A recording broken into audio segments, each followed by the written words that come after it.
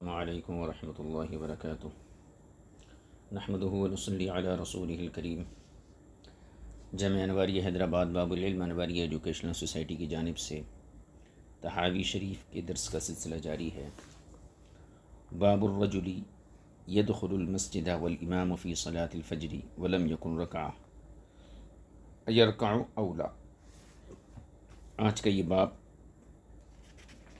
ہمارا سبق ہے، یعنی اگر کوئی شخص فجر کی جماعت قائم ہونے کے بعد مسجد میں کوئی شخص آیا جس نے سنت فجر نہیں پڑھی تھی، تو کیا وہ فجر کی سنت پڑھ سکتا ہے یا نہیں پڑھ سکتا ہے؟ اسی مسئلے کی وضاحت کے لیے صاحب کتاب نے اس باب کو باندھا ہے کہ فجر کی جماعت قائم ہے، ایک شخص آیا جس کو سنت پڑھنے کی ضرورت ہے، تو دریافت طلب یہ امر ہے کہ کیا وہ سنت پڑھ سکتا ہے یا پھر سیدھے جماعت میں شریک ہونے کا حکم ہے۔ اس سلسلے امام طحاوی نے دو فریقوں کی وضاحت کی ہے، ایک طرف شوافع اور حنابلہ ہیں اور اصحاب ظواہر ہیں۔ ان حضرات کے نزدیک جماعت شروع ہونے کے بعد سنت کی نیت باندھنا جائز نہیں ہے، چاہے سنت سے فارغ ہونے کے بعد جماعت میں شریک ہو کر دونوں رکعت پانے کی امید ہی کیوں نہ ہو۔ تو ان کے یہاں فجر کی جماعت قائم ہونے کے بعد سنت پڑھنے کی اجازت نہیں ہے، جبکہ فریق ثانی میں امام اعظم ابو حنیفہ اور دیگر فقہا ہیں۔ ان کا کہنا یہ ہے کہ اگر آخری رکعت پانے کی امید ہو تب بھی سنت کی نیت باندھنا جائز ہے، اور اگر آخری رکعت کی بھی امید نہ ہو تو سنت کی نیت باندھنا یہ مکروہ ہے۔ دوسری بات یہ ہے فریق ثانی میں کہ سنت پڑھتے وقت جماعت کے ساتھ اختلاط بھی نہ ہو، یعنی مسجد کے ایسے مقام پر سنت پڑھے جو جماعت سے ذرا فاصلے پر ہو، چاہے یہ فجر کی جماعت گھر میں ہوتی ہو یا پھر مسجد، یعنی کہ جماعت مسجد میں ہو رہی ہے، اب یہ سنت جو ہے ایسی مقام پر پڑھے کہ جہاں پر جماعت سے اختلاط کا اندیشہ نہ ہو۔ مثلا سامنے کے حصے میں جماعت قائم ہے تو مسجد کے برآمدے میں جو ہے سنت ادا کر لینا، یا اگر برآمدہ نہیں ہے، ایک ہی مسجد کا پورا حصہ ایک ہی ہے، تو پھر ایسی صورت میں کوئی ستون، کوئی پلر کے فاصلے جو ہے آڑ میں ٹھہر کے سنت پڑھنا، یہ فریق ثانی کا مذہب ہے۔ یعنی احناف کے یہاں اگر آخری رکعت امام کے ساتھ سلام پھیرنے تک اس سے پہلے شریک ہونے کی امید ہے تو سنت کی نیت باندھنا ہے، اور اگر آخری رکعت کی بھی امید نہیں ہے اور یہ معلوم ہے، ظن غالب ہے کہ میرے سنت پڑھے تک امام صاحب سلام پھیر دیں گے، تو ایسی صورت میں نماز نہیں پڑھنا، سنت نہیں پڑھنا اور جماعت میں شریک ہو جانا۔ یہ دو قول ہوئے، پہلا قول شوافع، حنابلہ اور اصحاب ظواہر کا کہ جماعت قائم ہونے کے بعد سنت پڑھنے کی اجازت نہیں ہے۔ دوسرا قول احناف کا، جماعت قائم ہونے کے بعد سنت پڑھنے کی اجازت ہے جبکہ سلام پھیرنے سے پہلے امام کے ساتھ شریک ہونے کی امید ہو۔ یہ دو قول ہیں۔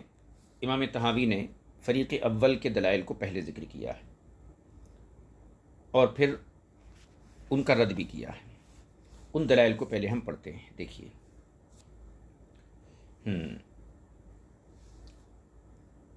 حدثنا ابراہیم بن مرزوق قال حدثنا ابو عاصم عن زكريا بن اسحاق عن عمرو بن دینار عن سلیمان بن یسار عن ابی ہریرہ عن رسول اللہ صلی اللہ علیہ وسلم قال، رسول پاک صلی اللہ علیہ وسلم نے ارشاد فرمایا، اذا اقیمت الصلاۃ فلا صلاۃ الا المکتوبہ، جب نماز کھڑی ہو جائے یعنی جماعت قائم ہو جائے تو فرض کے علاوہ کوئی نماز پڑھنا جائز نہیں ہے۔ تو یہ آیت بظاہر فریق اول کے مذہب کی یہ حدیث بظاہر فریق اول کے مذہب کی تائید کرتی ہے۔ ابو ہریرہ کی اسی حدیث کو صاحب کتاب نے دو سندوں کے ساتھ ذکر کیا ہے، دوسری سند پڑھ لیجیے، اس کے بعد اس پر جو کلام ہے امام طحاوی نے اس کو ہم دیکھیں گے۔ حدثنا محمد بن النعمان قال حدثنا ابو مصعب قال حدثنا عبد العزيز قال احمد الاصبهاني الصواب ابراهيم بن اسماعيل عن اسماعيل بن ابراهيم بن مجمع الانصاري عن عمرو بن دينار عن عطاء بن يسار عن ابي هريرة رضي الله عنه عن النبي صلی اللہ علیہ وسلم مثلہ. ابو ہریرہ سے اسی قسم کی حدیث مروی ہے. یہاں پر گویا کہ یہ ایک حدیث ہے جس کو دو سندوں کے ساتھ امام طحاوی نے یہاں ذکر کیا.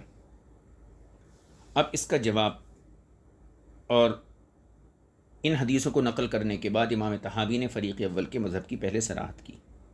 اس کو پڑھ لیتے ہیں. قال ابو جعفر، امام طحاوی نے کہا، فذهب قوم الى هذا الحدیث، ایک قوم نے اس حدیث سے استدلال کیا ہے. فَكَرِهُ لِلرَّجُلِ أَن يَرْكَعَ رَكْعَتَيِ الْفَجْرِ فِي الْمَسْجِدِ وَالْإِمَامُ فِي صَلَاةِ الْفَجْرِ، اور انہوں نے مکروہ سمجھا ہے آدمی کے لیے کہ وہ مسجد میں فجر کی دو سنتیں پڑھے اس حال میں کہ امام فجر کی فرض نماز شروع کر چکا ہو. یہ مذہب ہے شوافع کا، حنابلہ کا اور بعض ظواہر کا. اب اس کا جواب سنیے امام طحاوی نے فریق اول کا جواب فریق ثانی کی طرف سے کیا دیا ہے. جواب یہ ہے کہ حضرت ابو ہریرہ کی جو روایت آپ نے پیش کی اس کا مدار عمر بن دینار پر ہے، اور عمر بن دینار کے شاگرد زکریا بن اسحاق نے اس روایت کو مرفوعاً نقل کیا ہے.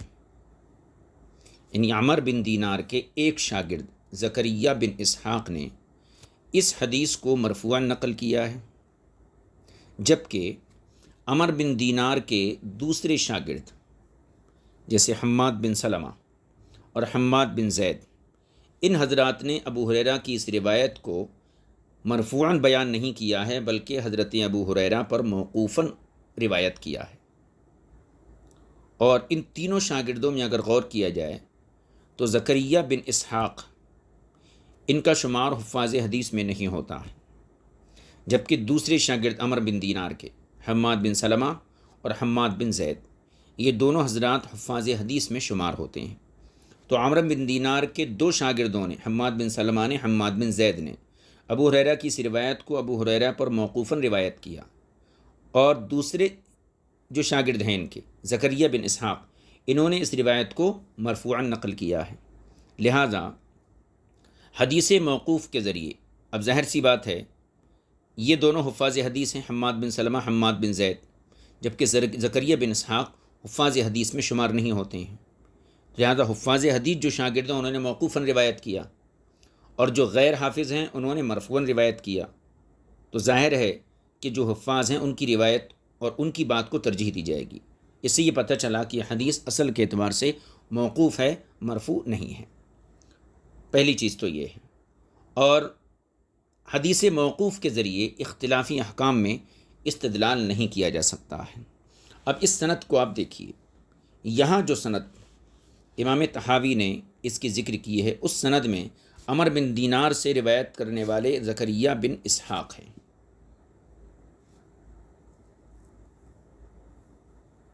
تو ان کی روایت میں اس کو مرفوعاً روایت کیا گیا ہے، جبکہ دوسرے جو شاگرد ہیں عمر بن دینار سے سننے والے حماد بن سلمہ، حماد بن زید، ان حضرات نے اس کو جو ہے موقوفاً روایت کیا ہے. تو اس سے پتہ چلا یہ حدیث اپنی اصل کے لحاظ سے موقوف ہے، مرفوع نہیں ہے. اور حدیث موقوف سے اختلافی مسائل اور احکام میں استدلال نہیں ہوتا ہے. ایک بات، ایک جواب تو یہ ہے. دوسرا جواب یہ ہے کہ اگر ہم یہ مان لیں کہ ٹھیک ہے ابو ہریرہ کی یہ حدیث مرفوعاً ہے، یعنی اس کا رفع ہم تسلیم کر لیں، تو پھر صحابہ اکرام کی ایک بڑی جماعت نے اس حدیث کے خلاف مضمون کو مرفوعاً یعنی رسول پاک صلی اللہ علیہ وسلم سے نقل کیا ہے. لہٰذا ان دو وجوہات کی بنیاد پر اس روایت کے مضمون کو تسلیم نہیں کیا جا سکتا. یہ ہو گئے جواب کا خلاصہ. اب جو ہے اس کا ہم ترجمہ کر لیتے ہیں. دیکھیے، وخالفہم فی ذلک آخرون، دوسرے فقہا نے فریق اول کی اس سلسلے میں مخالفت کی ہے، اور انہوں نے کیا کہا ہے؟ فقالو، انہوں نے اپنے مذہب یہ بیان کیا ہے لا بأس بأن يركعهما غیر مخالط للصفوف، یعنی اگر امام کے ساتھ ما لم یخف فوت الرکعتین مع الامام، لا بأس بأن يركعهما غیر مخالط للصفوف، کہ دو رکعت پڑھنے میں، دو رکعت سنت پڑھنے میں کوئی حرج نہیں ہے، جبکہ فرض جماعت کی صفوں سے اختلاط نہ ہو، معلوم یخف فوت الرکعتین مع الامام، اور امام کے ساتھ دونوں رکعتیں چھوٹ جانے کا اندیشہ نہ ہو۔ اس کا ترجمہ یوں بھی کر سکتے ہیں کہ اگر امام کے ساتھ دونوں رکعتیں چھوٹنے کا خوف نہ ہو تو صفوں سے الگ ہو کر ان دو سنتوں کو پڑھنے میں کوئی حرج نہیں ہے۔ یہ مذہب ہے فریق ثانی کا۔ وَكَانَ مِنَ الْحُجَّةِ لَهُمْ عَلَىٰ أَهْلِ الْمَقَالَةِ الْأُولَىٰ، اور ان لوگوں کی فریق اول کے خلاف حجت یہ ہے، یعنی فریق ثانی کی فریق اول کے خلاف حجت یہ ہے ان ان ذلك الحديث الذي احتجوا به اصله عن ابي هريره لا عن النبي صلی اللہ علیہ وسلم، کہ جس حدیث سے فریق اول نے احتجاج کیا ہے اس کی اصل ابو ہریرہ تک پہنچتی ہے، یعنی وہ موقوف حدیث ہے، لا عن النبی، وہ مرفوع حدیث نہیں ہے۔ ہاکذا رواہ الحفاظ عن عمر بن دینار، عمر بن دینار کے جو شاگرد ہیں ان میں جو حفاظ حدیث ہیں جیسے حماد بن سلمہ اور جو ہے حماد بن زید، ان حضرات نے اس کو موقوفاً روایت کیا ہے۔ تو پہلی بات تو یہ ہے کہ جس روایت سے آپ نے استدلال کیا ہے وہ روایت مرفوع نہیں ہے بلکہ موقوف ہے۔ اچھا، اب ہم نے کہا کہ یہ موقوف روایت ہے، اس کی دلیل کیا ہے؟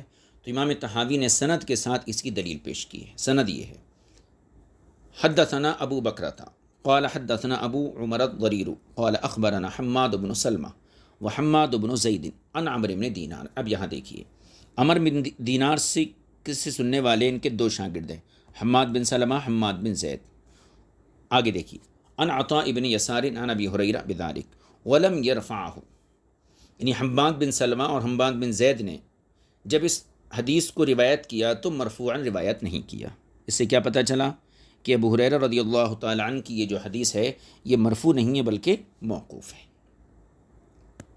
آگے دیکھیے، فصار اصل هذا الحدیث عن ابی ہریرہ لا عن النبی صلی اللہ علیہ وسلم، لہذا اس حدیث کی اصل ابو ہریرہ سے ہے، یعنی اس حدیث کی اصل ابو ہریرہ سے ہے، اس کی بنیاد ابو ہریرہ رضی اللہ تعالیٰ عنہ پر ہے، لا عن النبی صلی اللہ علیہ وسلم، رسول پاک صلی اللہ علیہ وسلم سے یہ حدیث نہیں ہے، تو یہ موقوف ہونا ثابت کر دیا۔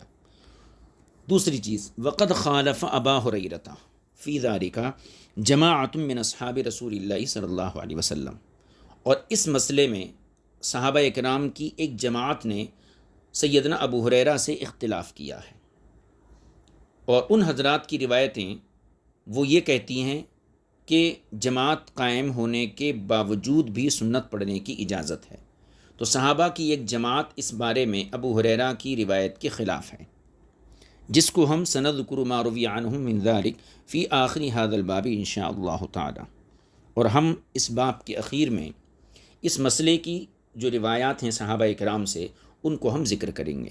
یہاں تک کا خلاصہ یہ ہوا، جس حدیث سے آپ نے استدلال کیا ہے وہ حدیث قابل استدلال نہیں ہے، دو وجوہات سے۔ پہلی وجہ تو یہ ہے کہ حدیث موقوف ہے، مرفوع نہیں ہے۔ دوسری بات یہ، اگر ہم اس کو مرفوع مان بھی لیں تو صحابہ اکرام کی ایک جماعت نے اس کے خلاف روایت کیا ہے، لہذا ان دونوں وجوہات سے یہ حدیث قابل استدلال نہیں ہے۔ ایک دلیل کا تو جواب دے دیا، یعنی فریق اول کی طرف سے ابو ہریرہ کی جو روایت پیش کی گئی تھی، اذا اقیمت الصلاۃ فلا صلاۃ الا المکتوبہ، اس حدیث کی جو باعتبار سند حیثیت ہے، اس حیثیت کو بیان کرتے ہوئے امام طحاوی نے فریق اول کا رد کیا۔ اب ایک دوسری دلیل ہے، یعنی فریق اول کی طرف سے دوسری دلیل ایک پیش کی گئی ہے، اس کا بھی امام طحاوی یہاں جواب دیں گے۔ پہلے فریق اول کی دلیل کو دیکھیے، دلیل کیا ہے؟ یہاں سے حدثنا فہد، یہاں سے دوسری حدیث شروع ہوتی ہے فریق اول کی تائید میں۔ دیکھیے، پہلے اس حدیث کو ہم پڑھ لیتے ہیں۔ حدثنا فہد قال حدثنا ابو صالح قال حدثنا اللیث عن عبد الله بن عیاش بن عباس قطیانی عن ابی سلمة عن ابی ہریرہ رضی اللہ تعالی عنہ عن رسول اللہ صلی اللہ علیہ وسلم. حضرت ابو ہریرہ رضی اللہ تعالیٰ نبی کریم صلی اللہ علیہ وسلم سے روایت کرتے ہیں اذا اقیمت الصلاۃ فلا صلاۃ الا التی اقیمت لہا، کہ جب نماز کھڑی ہو جائے تو اس نماز کے علاوہ دوسری نماز جس کے لیے جماعت نہیں کھڑی ہوئی ہے، دوسری نماز کی اجازت نہیں ہے. اذا اقیمت الصلاۃ، جب جماعت کھڑی ہو جائے نماز کے لیے، فلا صلاۃ الا التی اقیمت لہا، تو سوائے اس نماز کے جس کی جماعت چل رہی ہے اس کے علاوہ دوسری نماز پڑھنے کی اجازت نہیں ہے. اب یہ بھی ابو ہریرہ کی حدیث ہے. پہلی جو حدیث ذکر کی تھی اس کی سند پر کلام کیا گیا. اب یہ حدیث بھی فریق اول کی تائید کرتی ہے، کیونکہ اس میں صاف ہے کہ مثلا اگر فجر کی جماعت کھڑی ہو گئی تو اب سوائے فجر کے دوسری نماز پڑھنے کی اجازت نہیں ہے، یعنی فرض کے.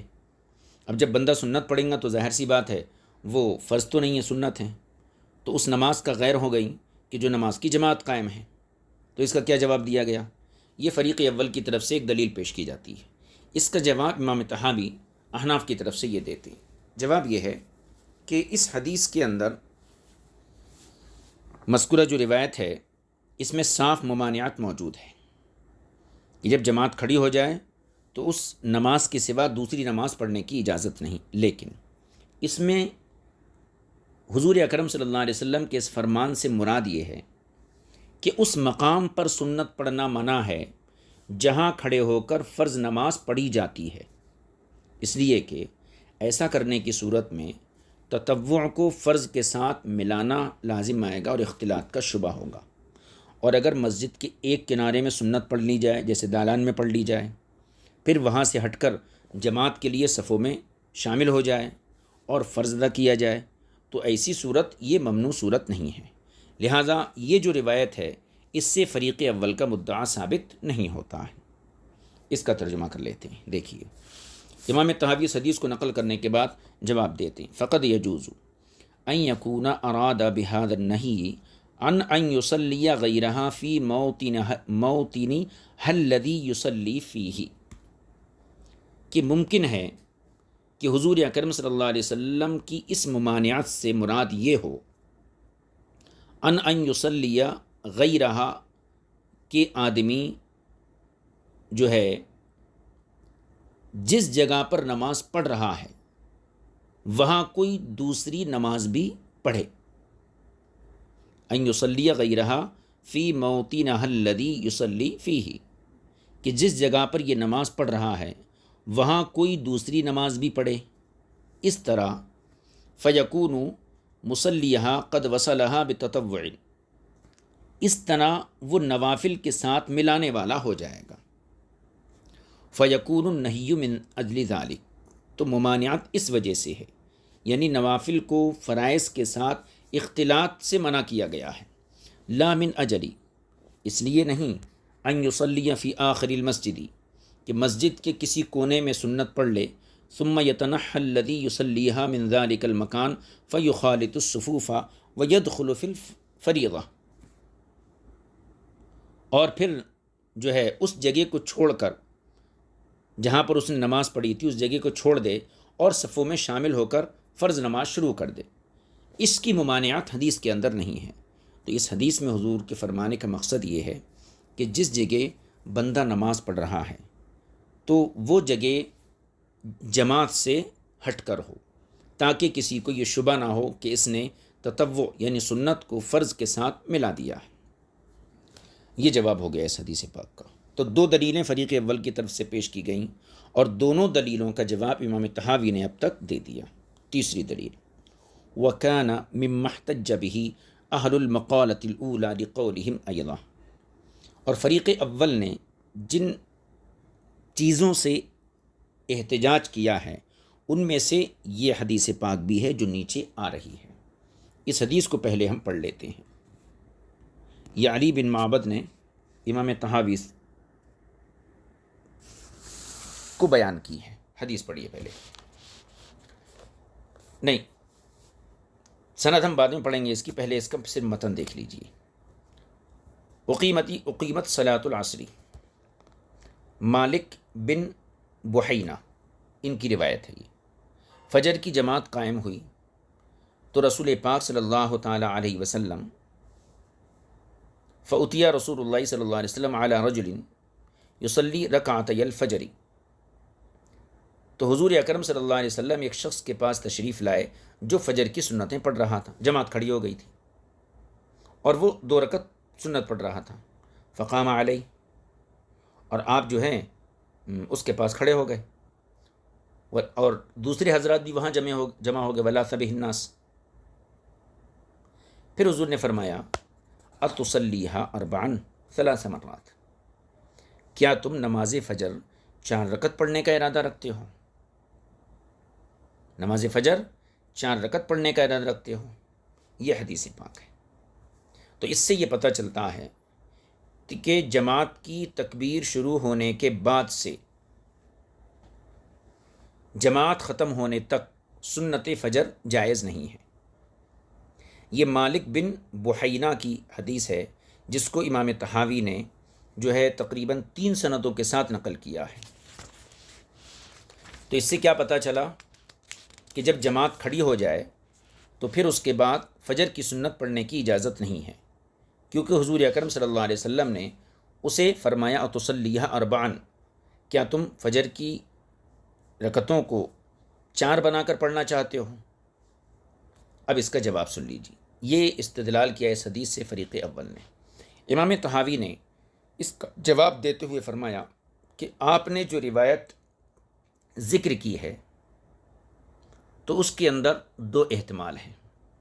ایک احتمال تو وہی ہے جو آپ کی مراد ہے، یعنی جماعت کھڑی ہونے کے بعد سنت پڑھنے کی اجازت نہیں ہے، ایک احتمال تو یہی ہے۔ اور دوسرا احتمال یہ ہے کہ اس شخص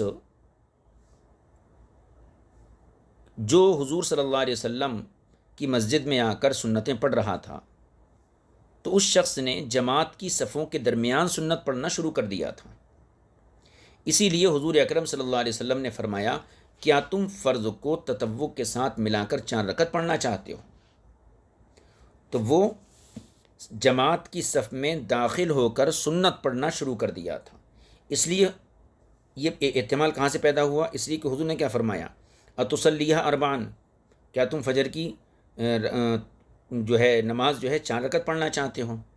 تو 2 احتمال ہو گئے۔ ایک احتمال تو وہی ہے جو فریق اول نے بیان کیا، دوسرا احتمال یہ ہے کہ جس شخص کو حضور نے یہ فرمایا تھا اس نے دراصل صف میں شامل ہو کر، صف میں داخل ہو کر سنت فجر پڑھنا شروع کر دیا تھا۔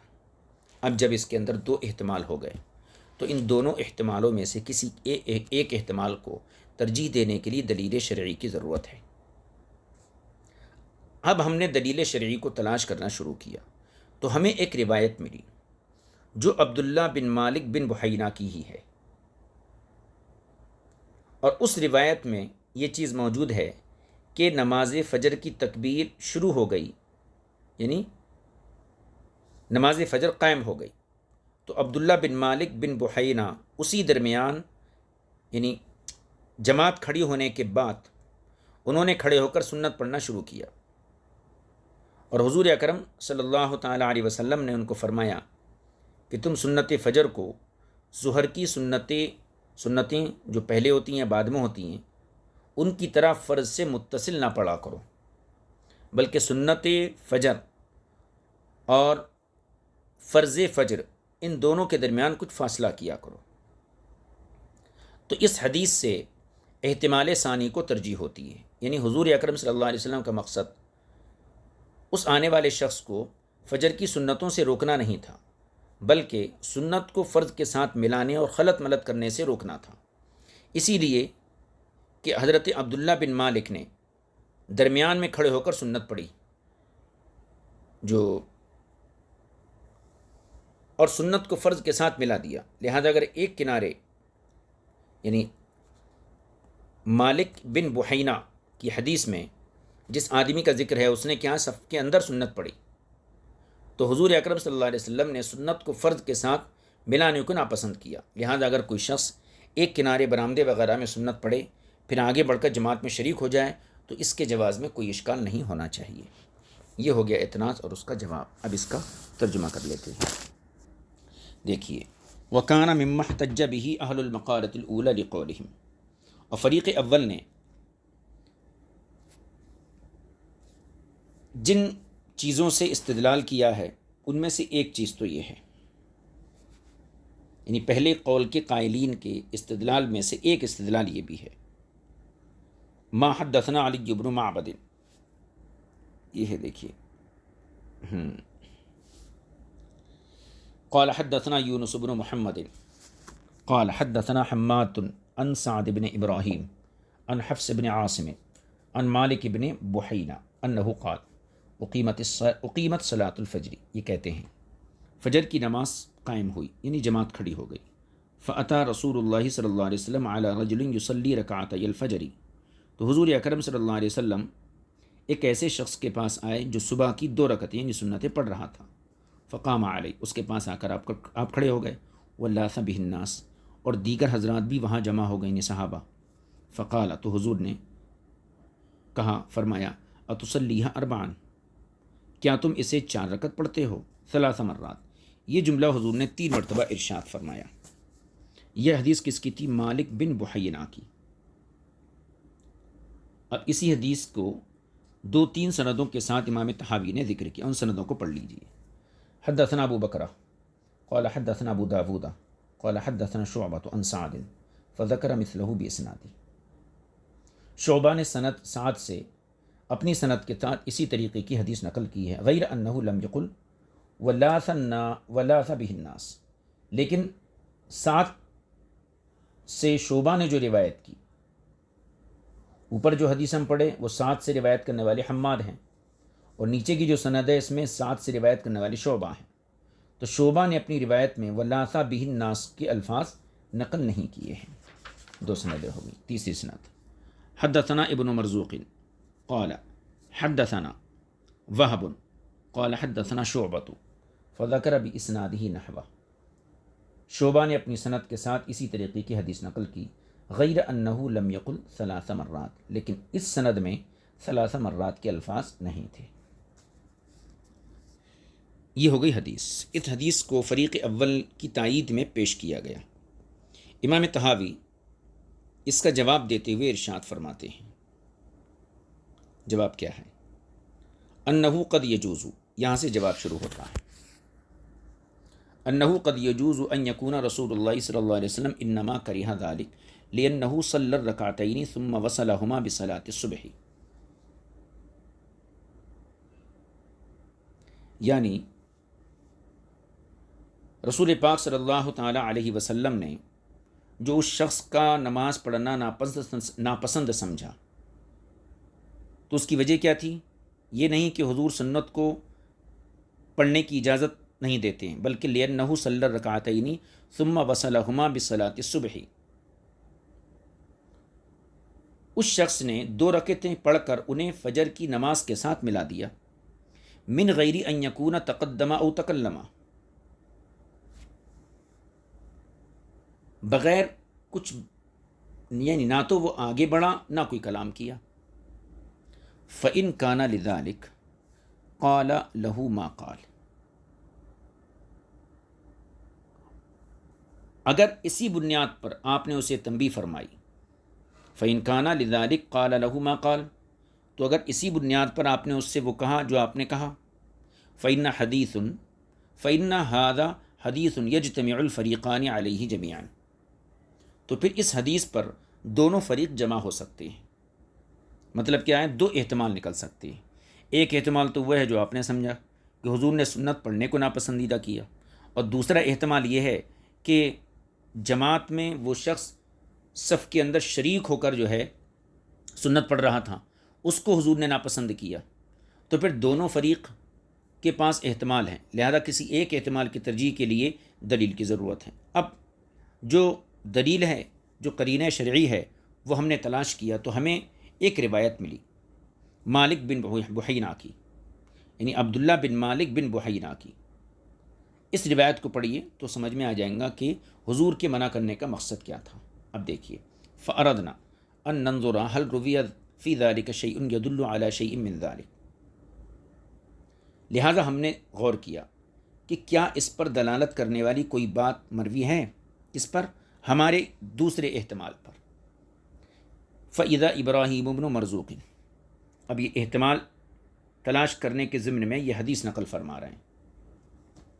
فَإِذَا إِبْرَاهِيمُ بْنُ مَرْزُوقٍ قَدْ حَدَّثَنَا قال حدثنا هارون بن إسماعيل قال حدثنا علي بن المبارك قال حدثنا علي بن أبي كثير عن محمد بن عبد الرحمن أن رسول الله صلى الله عليه وسلم مر بعبد الله بن مالك بن بحينة وهو منتصب يصلي ثم بين يديه نداء الصبح۔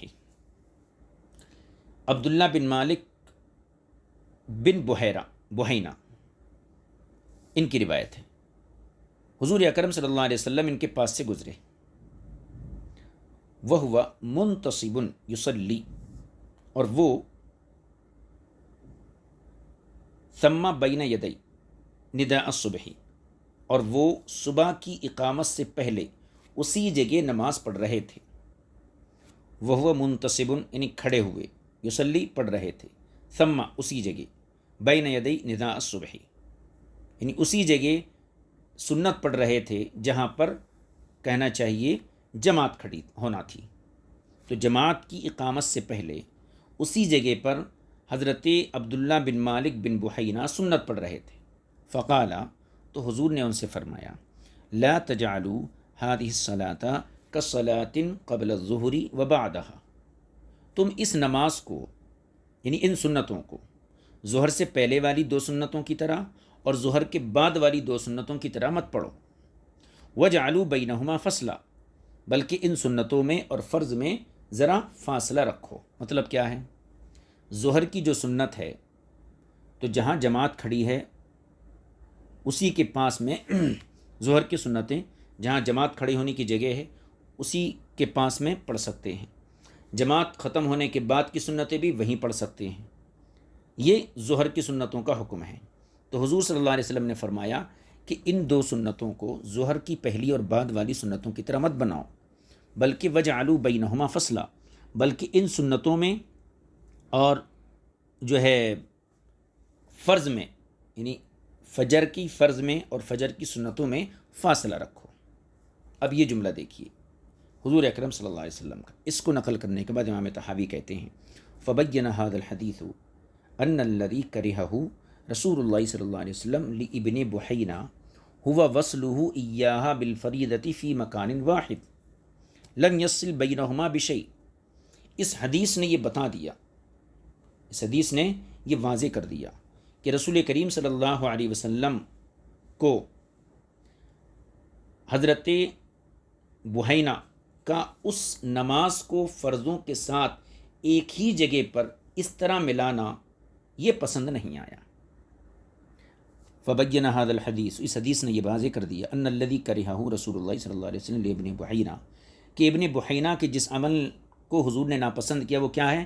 هو وصلہ ایاہا بالفریضۃ فی مکان واحد، کہ انہوں نے سنتوں کو فرض کے ساتھ ایک ہی جگہ پہ ملا دیا، لم یفصل بینہما بشیء، اور ان کے درمیان کسی چیز کا فاصلہ نہیں کیا، ولیس لانہ کرہ لہ ان یصلیھا فی المسجد، اور حضور کی ناپسندیدگی اس لیے نہیں تھی کہ وہ اس کو مسجد میں پڑھ رہے تھے، یعنی مسجد میں پڑھنے سے ناپسندگی نہیں تھی۔ اذا کان فرغ منہا تقدم الی الصفوف فصلی الفریضۃ مع الناس، یعنی اس بات کو ناپسند نہیں فرمایا کہ وہ مسجد میں نماز پڑھ کر فراغت کے بعد صفوں کی طرف بڑھیں اور لوگوں کے ساتھ فرض نماز میں شامل ہو جائیں۔ اس کی وجہ سے حضور کی عدم پسندیدگی نہیں تھی، بلکہ عدم پسندیدگی کی وجہ یہ تھی کہ جہاں پر فرض نماز قائم ہے وہیں پر قریب میں نہیں پڑھنا بلکہ کچھ فاصلہ کرنا۔ تو اس حدیث پاک نے جو ہے اوپر والی حدیث کے احتمال ثانی کو واضح کر دیا، لہذا وہ حدیث بھی فریق اول کے مذہب کی تائید کرتی ہوئی نظر نہیں آتی ہے۔ وقد رویہ، یہاں سے مزید امام طحاوی علیہ الرحمہ فریق ثانی کی تائید پیش کرتے ہیں۔ حدیث کیا ہے؟ حدیث کے الفاظ یہ ہیں،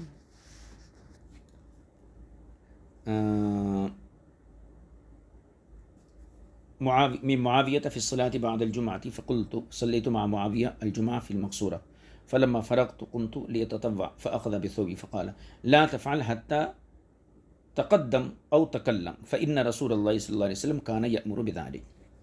یہ حدیث پاک ہے۔ اس حدیث سے امام طحاوی نے فریق ثانی کے مذہب کی تائید پیش کی۔ حدیث کا خلاصہ یہ ہے کہ حضور اکرم صلی اللہ علیہ وسلم نے کسی فرض نماز سے قبل یا بعد میں اس فرض سے متصل بغیر جگہ بدلے ہوئے اسی جگہ اس فرض کے مشابہ نفل اور سنت وغیرہ پڑھنے کو ناپسند کیا ہے، مگر یہ کہ فرض اور غیر فرض کے درمیان امتیاز کے لیے کلام یا تقدیم و تاخر سے فصل پیدا کر دی جائے۔ اوپر یہی چیز اوپر کی حدیث میں ذکر کی گئی تھی، یعنی اصل کیا ہے کہ حضور اکرم صلی اللہ علیہ وسلم اس چیز کو پسند نہیں کرتے تھے کہ جہاں پر فرض نماز کی جگہ ہے وہیں پر اس فرض نماز پڑھنے سے پہلے یا بعد میں جو ہے اسی کے مثل نفل یا سنت پڑھی جائیں، اس کو پسند نہیں کرتے تھے، بلکہ فرض اور غیر فرض کے درمیان امتیاز حضور کو پسند تھا۔ لہٰذا آپ نے جو حدیث پیش کی جس میں ممانعت ہے، تو وہ ممانعت ایک جگہ فرض سے متصل غیر فرض کو پڑھنے کی وجہ سے، تاکہ فرض اور غیر فرض میں اختلاط نہ ہو، اس چیز کو حضور نے پسند نہیں کیا۔ یہ مطلب نہیں ہے کہ حضور نے سنت پڑھنے کو پسند نہیں کیا۔ تو اسی احتمال کی تائید کے لیے امام طحاوی نے یہ حدیث یہاں نقل کی ہے۔ اس کا ترجمہ کر لیجیے۔ وقد روی مثل ذلك ایضا عن رسول اللہ صلی اللہ علیہ وسلم فی غیر ھذا الحدیث، اور جو احتمال کی تائید اوپر پیش کی گئی محمد بن عبد الرحمن کی روایت میں، اسی احتمال ثانی کی تائید رسول پاک صلی اللہ علیہ وسلم سے دوسری حدیث میں بھی مروی ہے، جیسے حدثنا ابو زرعہ عبد الرحمن بن عمرو قال حدثنا ابو الاشهب حوذة بن خلیفة البکراوی قال حدثنا ابن جریح عن عمرو بن عطاء بن ابی الخواری ان نافع بن جبیر ارسلہ الى السائب بن یزید یسألہ، یعنی نافع بن جبیر نے انہیں سائب بن یزید کے پاس بھیجا، عطا ابن عمر بن عطا بن ابی الخوار کو۔ وہ کہتے ہیں کہ مجھے نافع بن جبیر نے سائب بن یزید کے پاس بھیجا، کیوں؟ یسألہ، ان سے یہ پوچھنے کے لیے کہ ماذا سمع من معاویہ فی الصلاة بعد الجمعہ، کہ حضرت معاویہ رضی اللہ تعالیٰ عنہ سے جمعے کے بعد نماز کے بارے میں تم نے کیا سنا ہے؟ فقالا، تو انہوں نے فرمایا کہ صلیت مع معاویۃ الجمعۃ فی المقصورہ، میں نے مقصورہ میں حضرت امیر معاویہ کے پیچھے جمعے کی نماز پڑھی، فلما فرغت قمت لأتطوع، تو جب میں فرض نماز سے فارغ ہوا تو میں کھڑے ہو کر سنت پڑھنے لگا، فأخذ بثوبی، تو حضرت امیر معاویہ نے جو ہے آگے بڑھ کر میرے کپڑے کو پکڑ لیا، فقال، اور فرمایا، لا تفعل حتی تتقدم او تتکلم، اور فرمایا ایسے نہ کرو، آگے بڑھو یا کچھ کلام کرو، یعنی یہ جگہ سے آگے بڑھ جاؤ، جگہ تبدیل کر دو، یا پھر کچھ بات چیت کے ذریعے فاصلہ کر دو۔ فإن رسول اللہ صلی اللہ علیہ وسلم کان یأمر بذلک، کیونکہ رسول پاک صلی اللہ علیہ وسلم اسی چیز کا حکم دیتے تھے۔ اب دیکھیے، یہ حضرت امیر معاویہ کی حدیث بھی احتمال ثانی کی تائید کرتی، یعنی حضور کی ناپسند یہ تھی کہ آدمی اسی جگہ پر سنت یا نفل یعنی تطوع کرے جہاں پر فرض نماز پڑھی جانی ہے۔ اس چیز کو حضور پسند نہیں کرتے، بلکہ حضور اس چیز کو پسند فرماتے تھے کہ فرض اور غیر فرض کے درمیان کلام کے ذریعے یا تبدیلی مقام کے ذریعے جو ہے فصل پیدا کی جائے۔ یہ حضرت امیر معاویہ کی روایت تھی جس کو امام طحاوی نے ایک سند کے ساتھ ذکر کیا، اور اس کو کچھ اور سندوں کے ساتھ بھی ذکر کیا ہے، ان کو پڑھ لیجیے۔ حدثنا دوسری سند ابن مرزوق قال حدثنا ابو عاصم عن ابن جریح فذکر باسناده مثله، ابو عاصم نے ابن جریح سے اپنی سند کے ساتھ اسی طریقے کی حدیث نقل کی ہے. آگے دیکھیے. حدثنا ربيع المؤذن قال حدثنا اسد قال حدثنا ابن لهيعة قال حدثنا عبيد الله بن المغيرة عن صفوان مولى عمر عن ابي هريرة رضی اللہ تعالی عنہ. حضرت ابو ہریرہ سے مروی، وہ رسول پاک صلی اللہ علیہ وسلم سے روایت کرتے ہیں. قال، حضور نے ارشاد فرمایا، لا تکاثر الصلاة المکتوبة بمثلها من التسبیح فی مقام واحد. یہ حدیث بالکل واضح ہے. یعنی حضور نے ارشاد فرمایا کہ فرض نماز کو اس کی مثل نماز نفل کے ساتھ ہی ایک جگہ پر نہ ملاؤ. لا تکاثر الصلاة المکتوبة بمثلها من التسبیح فی مقام واحد. ایک ہی جگہ میں فرض نماز کو اس کی مثل نماز سے مت ملاؤ. جیسے فجر میں فرض جو ہیں وہ بھی 2 ہیں، سنت جو ہیں وہ بھی 2 رکعت ہیں، تو ان کو ایک دوسرے کے ساتھ مت ملاؤ. یہ 3 حدیثیں ہو گئی. ابو ہریرہ کی ایک حدیث، حضرت امیر معاویہ کی ایک حدیث، اور ان سے پہلے محمد بن عبد الرحمن کی ایک حدیث. ان تینوں حدیثوں سے یہ بات بالکل واضح ہو جاتی ہے کہ حضور اکرم صلی اللہ علیہ وسلم کے منع کرنے کا مقصد یہ نہیں کہ سنت پڑھنا ممنوع ہے، بلکہ یہ ہے کہ سنت کو اور فرض کو ملانا حضور نے ناپسند فرمایا ہے. اس کا ترجمہ کیجیے. فنہا رسول اللہ صلی اللہ علیہ وسلم فی ہذہ الاحادیث ان یوصل المکتوبۃ بنافلۃ. تو ان حدیثوں میں رسول پاک صلی اللہ علیہ وسلم نے منع فرمایا کہ فرض کو نفل سے ملایا جائے، یعنی فرض کو نفل سے ملانے سے منع کیا.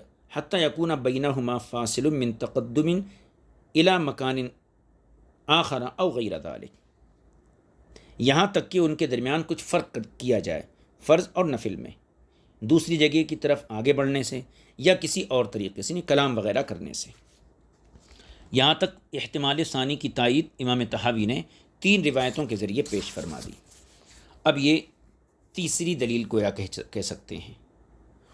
وَاحْتَجَّ أَهْلُ الْمَقَالَةِ الْأُولَى لِقَوْلِهِمْ أَيْضًا، یہ فریق اول کی اور ایک دلیل ہے.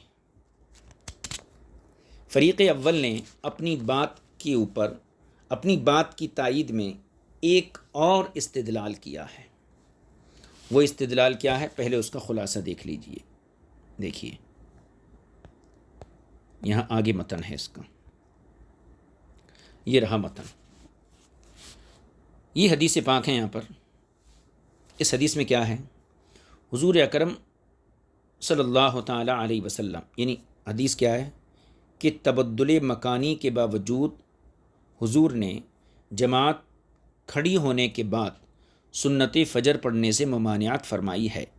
یہ فریق اول کا کہنا ہے. یعنی ہم نے کیا کہا کہ حضور نے جماعت کھڑی ہونے کے بعد سنت پڑھنے سے منع نہیں کیا، بلکہ سنت کو یعنی غیر فرض کو فرض کے ساتھ ملانے سے منع کیا اور اس کو ناپسند کیا. تو فریق اول کی طرف سے ایک دلیل دی جاتی ہے کہ دیکھیے یہ حدیث ہے، اس حدیث میں تبدیلی مکان کے باوجود حضور نے جماعت قائم ہونے کے بعد سنت فجر پڑھنے سے ممانعت فرمائی. کیسے؟ اب یہ حدیث دیکھیے. ایک شخص آیا اور جماعت کھڑی ہو چکی تھی، مسجد میں داخل ہو کر صفوں کے پیچھے کھڑے ہو کر اس نے سنت ادا کی، پھر جماعت میں آ کر شریک ہو گیا. تو رسول پاک صلی اللہ علیہ وسلم نے پوچھا تمہاری فرض نماز کون سی تھی؟ اس سے پوچھا کہ یا فلاں اجعلتا صلاتک التی صلیت معنا او التی صلیت وحدک، تم نے 2 رکعتیں تو تنہا پڑھی، 2 رکعتیں تم نے جماعت کے ساتھ پڑھی، تو یہ بتاؤ کہ ان میں سے فرض نماز کون سی ہے؟ یہ حدیث ہو گئی. جو تنہا پڑھی وہ فرض نماز تھی، یہ جماعت کے ساتھ پڑھی وہ فرض نماز تھی. تو فریق اول کا کہنا یہ کہ اس ارشاد سے ثابت ہوتا ہے کہ ممانعت ہے کہ جماعت اگر کھڑی ہو جائے تو فجر کی سنتیں نہیں پڑھ سکتی. یہ ہو گیا اعتراض.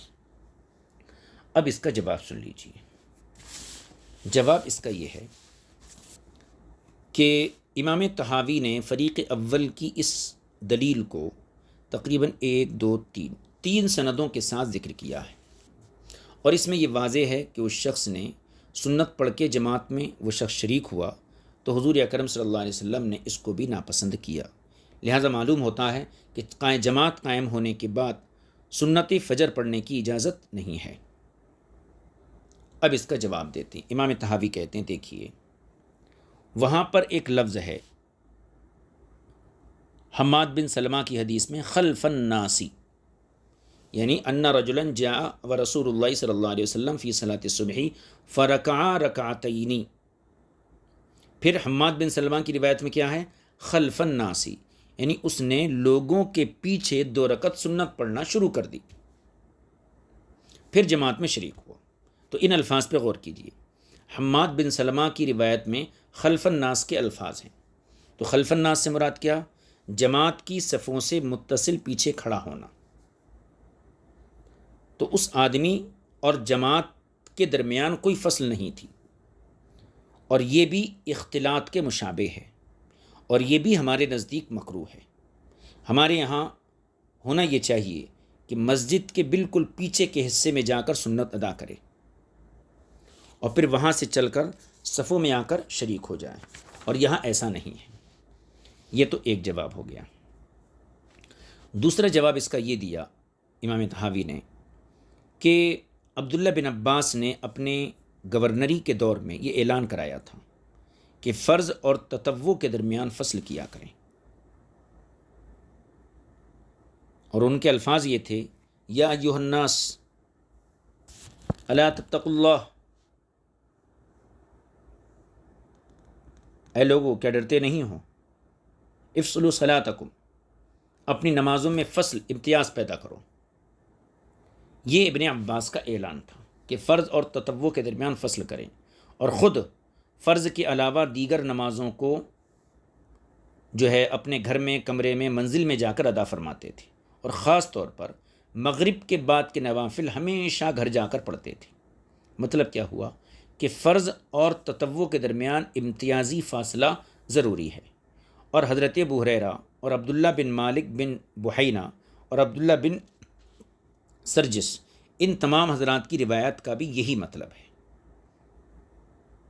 اب عبارت میں دیکھیے اس اعتراض کو اور اس کے جواب کو دیکھیے، واحتج اہل المقالۃ الاولی لقولہم ایضا بما، اور فریق اول نے اپنی بات کی مضبوطی میں استدلال کیا ہے، دلیل پکڑی ہے اس حدیث سے، بما حدثنا ربیع المؤذن، جو ہم سے ربیع مؤذن نے بیان کی، قال حدثنا اسد قال حدثنا حماد بن سلمة وحماد بن زید عن عاصم الاحول عن عبد الله بن سرجس ان رجلا جاء ورسول اللہ صلی اللہ علیہ وسلم فی صلاۃ الصبح، ایک شخص آیا اس حال میں کہ حضور صلی اللہ علیہ وسلم فجر کی نماز پڑھا رہے تھے، فرکع رکعتین، تو اس نے 2 رکعتیں پڑھی، سنت پڑھی، فی حدیث حماد بن سلمہ، اور حماد بن سلمہ کی حدیث کے الفاظ ہیں فرکع رکعتین خلف الناس، اس نے جماعت کے پیچھے کھڑے ہو کر 2 رکعت پڑھی، ثم دخل مع النبی صلی اللہ علیہ وسلم فی الصلاۃ، پھر وہ رسول پاک صلی اللہ علیہ وسلم کے ساتھ جماعت میں شریک ہو گیا،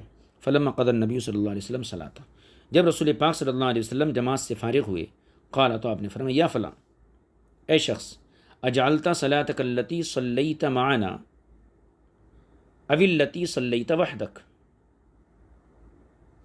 تو آپ نے فرمایا کہ اے فلاں، تم اسے نماز قرار دیتے ہو جو تم ہمارے ساتھ پڑھے، یا اسے نماز قرار دیتے ہو جس کو تم نے اکیلے پڑھا ہے، یعنی تم میں فرض کون سی نماز پڑھی ہے۔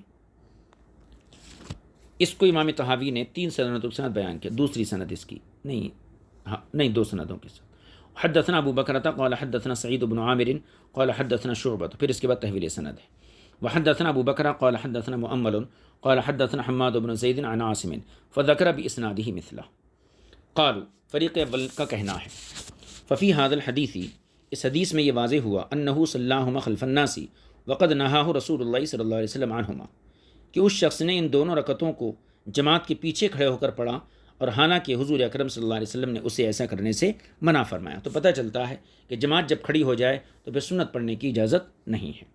فمن الحجۃ علیہم للآخرین، فریق ثانی کی طرف سے فریق اول کی دلیلوں کا جواب یہ ہے انہ قد یجوز ان یکون قولہ کان خلف الناس ای کان خلف صفوفہم لا فصل بینہ و بینہم.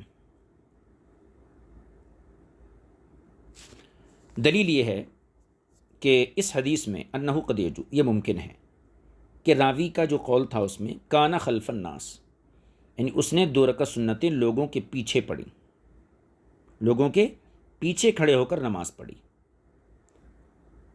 اور رسول پاک صلی اللہ علیہ وسلم جو ہے کہنا چاہیے جماعت فرما رہے تھے، تو جماعت کے پیچھے کھڑے ہو کر اس نے پڑھی. تو اوپر کی حدیث میں کانا خلف الناس کے جو الفاظ ہیں تو اس کا مطلب کیا ہے؟ اے کانا خلف صفوفہم، کہ اس نے صفوں کے پیچھے کھڑے ہو کر سنت پڑھی. لا فصل بینہ و بینہم، اور اس میں اور صف کے درمیان کوئی فاصلہ نہیں تھا.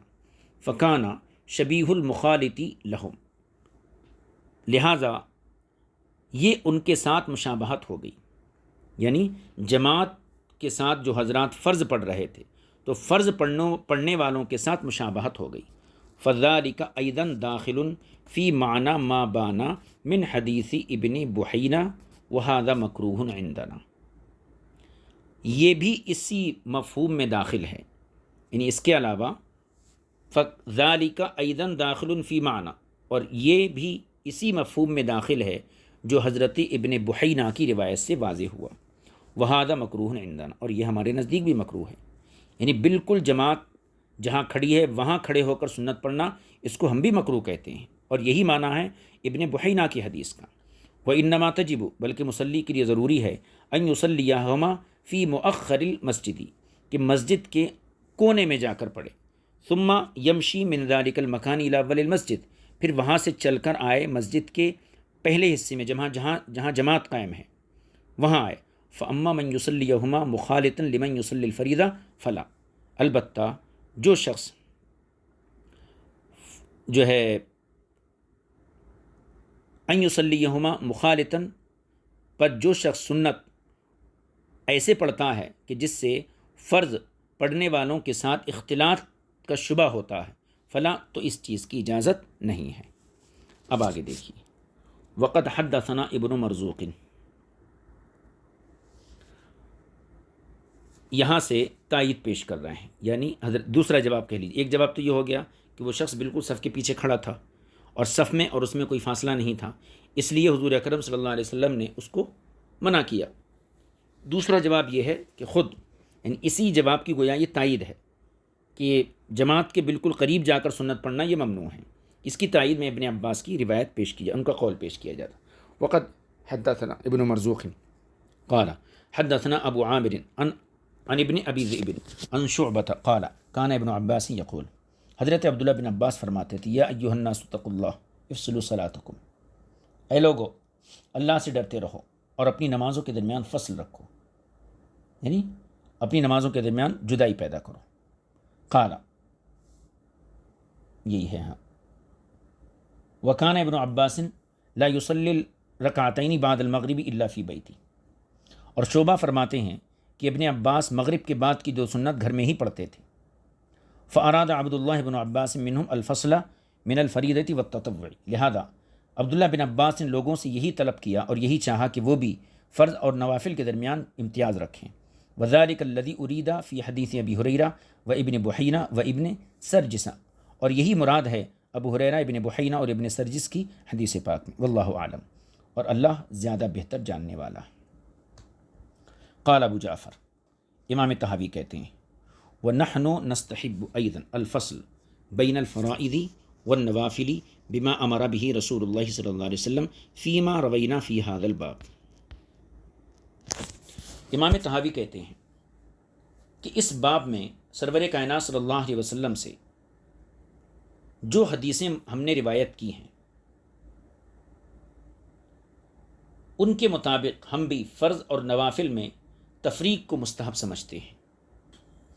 وَنَحْنُ نَسْتَحِبُّ أَيْضًا الْفَصْلَ بَيْنَ الْفَرَائِضِ وَالنَّوَافِلِ، اور ہم بھی فرائض اور نوافل کے درمیان فاصلے کو مستحب سمجھتے ہیں. بما، ان حدیثوں کی وجہ سے، امر بھی رسول اللہ صلی اللہ علیہ وسلم فیما روینہ فی ھذا الباب، جن حدیثوں میں حضور اکرم صلی اللہ علیہ وسلم نے حکم دیا ہے اور جن کو ہم اس باب میں روایت کر چکے ہیں. ولا نرى بأسا لمن لم يكن ركع ركعتي الفجر حتى جاء المسجد وقد دخل الامام في صلاة الصبح ان يركعهما في مؤخر الصفوف ثم يمشي الى مقدمه فيصلي مع الناس. اور اس بات میں کوئی حرج نہیں سمجھتے. کہاں گیا؟ ہاں.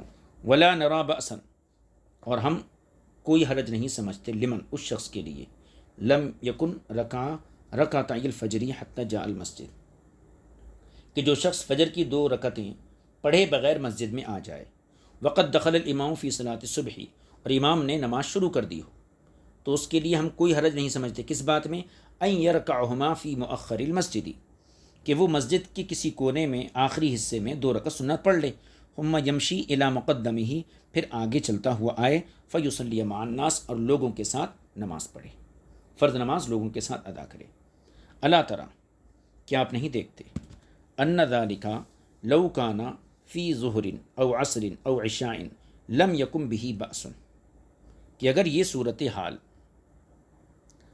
صورتحال ظہر میں، عشاء میں یا عصر میں پیش آئے تو اس پر کوئی حرج نہیں ہے. ولا یکون فاعل ذلک واصلا بین فریضۃ و تطوع، اور ایسا شخص فرض اور نفل کو ملانے والا نہیں ہوگا. فکذالک اذا کان فی صبح، یوں ہی جب وہ فجر کا وقت ہو، فلا بأس بہ، تو اس میں بھی کوئی حرج نہیں.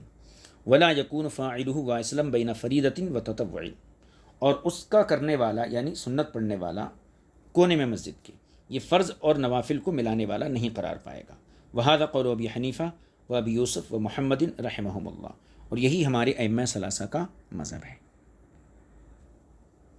وقد روی عن جلۃ من المتقدمین، یہاں سے امام طحاوی فریق ثانی کی تائید میں متقدمین کے کچھ اقوال نقل فرما رہے ہیں اور ان کی کچھ روایتیں نقل فرما رہے ہیں. دیکھیے، وقد روی عن جلۃ من المتقدمین، اور یہ تائید کس کی ہے؟ تائید ہے اس سلسلے میں کہ فجر کی جماعت اگر قائم ہو چکی ہے تو مسجد کے کسی کونے میں سنت فجر پڑھنے کی اجازت ہے. اس سلسلے میں اجلہ صحابہ اکرام سے اس بارے میں اقوال مروی ہیں، حدیث مروی ہیں. ان حدیثوں کو جو ہے امام طحاوی نے یہاں پر ذکر کیا ہے. دیکھیے ان کو پڑھ لیتے ہیں. حدثنا سلیمان بن شعیب، یہ پہلی حدیث ہے.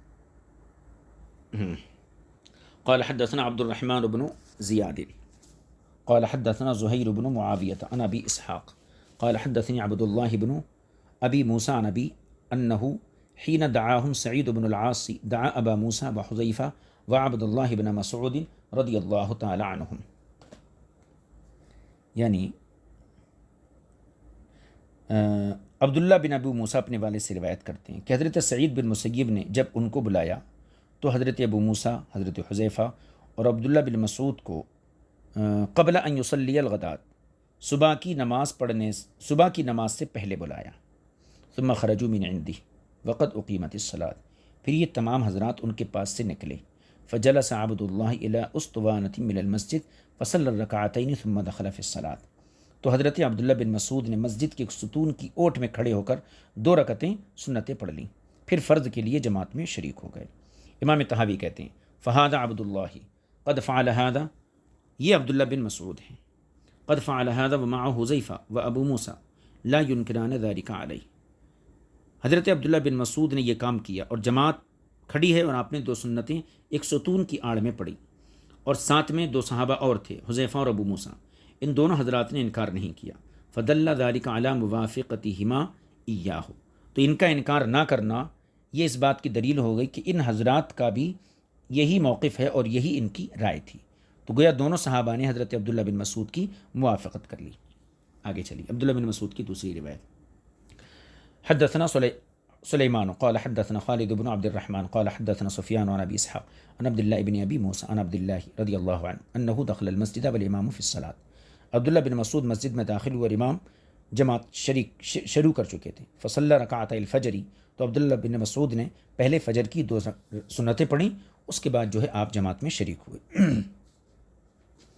آگے دیکھیے ابو مجلس کی روایت، حدثنا احمد بن عبد المؤمن الخراسانی قال حدثنا علی بن الحسن بن حسن بن الشقیق قال اخبرنا حسین بن واقد قال حدثنا یزید النحوی عن ابی مجلس قال، ابو مجلس سے مروی ہے، وہ کہتے ہیں دخلت المسجد فی صلاۃ الغداۃ مع ابن عمر و ابن عباس والامام یصلی، میں فجر کی نماز میں مسجد کے اندر داخل ہوا، کس کس کے ساتھ؟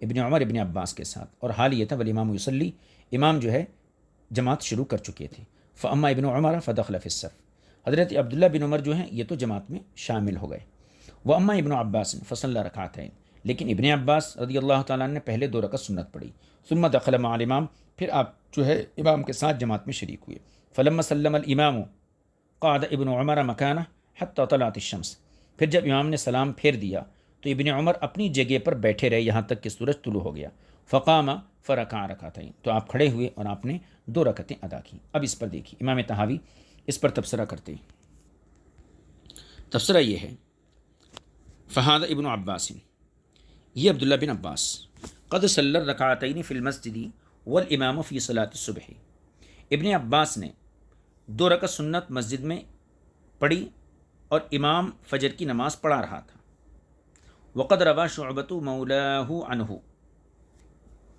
اور ان کے غلام حضرت شعبہ نے بھی ان سے یہی روایت کیا، کیا؟ انہ کان یأمر الناس بالفصل بین الفرائض والنوافل، پیچھے روایت گزری ہے کہ حضرت شعبہ سے یہ روایت گزری کہ حضرت ابن عباس لوگوں کو فرائض اور نوافل کے درمیان فصل کا حکم دیتے تھے، وقد عد نفسہ، اور خود بھی مسجد کے کسی مقام پر، وقد عد نفسہ، اور خود اپنے کو بھی اس میں انہوں نے شمار کر لیا، اذا صلی رکعتي الفجر فی بعض المسجد، جبکہ آپ نے مسجد کے کسی کونے میں فجر کی 2 سنتیں پڑھیں، ثم دخل فی الناس فی الصلاۃ، پھر آپ جو ہیں لوگوں کے ساتھ جماعت میں شریک ہو گئے، فاصلا بینہما، فرض اور سنت کو الگ الگ کرنے کے لیے، فکذلک نقول، تو اسی طرح ہم بھی کہتے ہیں، یعنی ابن عباس رضی اللہ، اس حدیث میں جو اوپر ہم نے پڑھی اس میں کیا بیان کیا گیا، ابو مجلس نے کیا بتایا کہ ابن عمر تو جماعت میں شریک ہو گئے، لیکن ابن عباس نے باضابطہ 2 رکعتیں پڑھیں، اس کے بعد جماعت میں شریک ہوئی، اور پیچھے گزرا تھا کہ حضرت ابن عباس لوگوں کو حکم دیتے تھے کہ وہ فرائض اور نوافل میں امتیاز رکھیں، اور خود بھی اس چیز پر عمل پیرا تھے، تو یہ ہم بھی یہی کہتے ہیں کہ جب جماعت قائم ہو جائے تو کسی کونے میں جو ہے فجر کی سنت پڑھی جائے گی۔ آگے دیکھیے حدثنا ابو بکرہ قال حدثنا ابو عمر الضرير قال حدثنا عبد العزيز بن مسلم قال اخبرنا مطرف بن طریف عن ابی عثمان الانصاری قال جاء عبد الله بن عباس رضی اللہ تعالی عنہما والامام فی صلاۃ الغداۃ، عبداللہ بن عباس تشریف لائے اور امام نماز شروع کر چکا تھا، ولم یکن صلی رکعتین، اور آپ نے 2 رکعت نہیں پڑھی، فصلی عبد اللہ بن عباس رکعتین خلف الامام ثم دخل معهم، یعنی امام نماز میں تھے اور ابھی دوسری رکعت نہیں شروع ہوئی تھی، تو حضرت عبداللہ بن عباس نے پہلے امام کے پیچھے کھڑے ہو کر 2 رکعتیں سنتیں پڑھیں، ثم دخل معهم، پھر جو ہے ان کے ساتھ آپ جو ہے جماعت میں شریک ہو گئے۔ اس کا ترجمہ پھر سے کر لیجئے، یعنی عبداللہ بن عباس مسجد میں داخل ہوئے اور امام جماعت شروع کر چکے تھے، ولم یکن صلی رکعتین، اور ابن عباس نے فجر کی سنتیں نہیں پڑھی تھیں، تو کیا کیا آپ نے؟ فصلی عبداللہ بن عباس الرکعتین خلف الامام، تو حضرت عبداللہ بن عباس نے جو ہے 2 رکعتیں سنت امام کے پیچھے پڑھ لیں، یعنی فاصلے سے، ثم دخل معهم، پھر آپ جو ہے جماعت میں شریک ہو گئے۔ تو اس سے بھی یہ پتہ چلتا ہے کہ عبداللہ بن مسعود رضی اللہ تعالیٰ عنہ جماعت قائم ہونے کے بعد بھی فجر کی سنتیں پڑھا کرتے تھے۔ وقد روی عن ابن عمر مثل ذلك، اور ابن عباس کی طرح ابن عمر سے بھی اسی قسم کا عمل مروی ہے جیسا کہ یہ حدیث ہے۔ حدثنا محمد بن خزیمہ وفہد قال حدثنا عبد الله بن صالح قال حدثني الليث قال حدثني ابن الهادي عن محمد بن كعب قال خرج عبد الله بن عمر من بيته، عبداللہ بن عمر اپنے گھر سے نکلے، فاقیمت صلاۃ الصبح، اور صبح کی جماعت کھڑی ہو گئی، فرکع رکعتین قبل ان يدخل المسجد وهو في الطريق، اور آپ نے مسجد میں داخل ہونے سے پہلے ہی 2 رکعتیں سنتیں پڑھ لی راستے میں ہی، ثم دخل المسجد، پھر آپ مسجد میں داخل ہوئے، فصلی الصبح مع الناس، اور لوگوں کے ساتھ جو ہے آپ نے نماز فجر ادا فرمائی۔ اب یہاں دیکھیے فہذا وَإِن كَانَ لَمْ يُصَلِّهِمَا فِي الْمَسْجِدِ فَقَدْ صَلَّاهُمَا بَعْدَ عِلْمِهِ بِإِقَامَةِ الصَّلَاةِ فِي الْمَسْجِدِ فذلك خلاف قول ابی ہریرہ اذا اقیمت الصلاۃ فلا صلاۃ الا المکتوبہ۔